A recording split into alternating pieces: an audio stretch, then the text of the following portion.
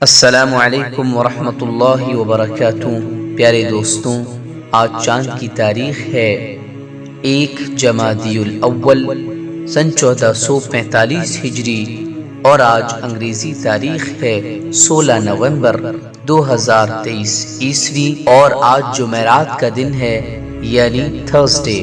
اور آج کی حدیث یہ ہے، حضرت ابو ہریرہ رضی اللہ عنہ کہتے ہیں کہ رسول اللہ صلی اللہ علیہ وسلم سے اس چیز کے بارے میں سوال کیا گیا جو لوگوں کو بکثرت جنت میں داخل کرے گی، تو آپ صلی اللہ علیہ وسلم نے ارشاد فرمایا، اللہ کا ڈر اور اچھے اخلاق۔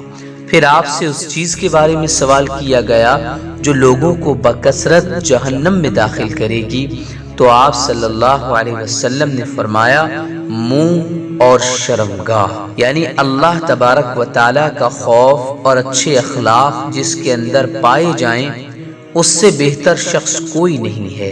اسی طرح جو شخص اپنی زبان اور شرمگاہ کی حفاظت نہ کر سکے، اس سے زیادہ بد نصیب کوئی نہیں ہے، کیونکہ دین کا سارا دار و مدار اسی پر ہے۔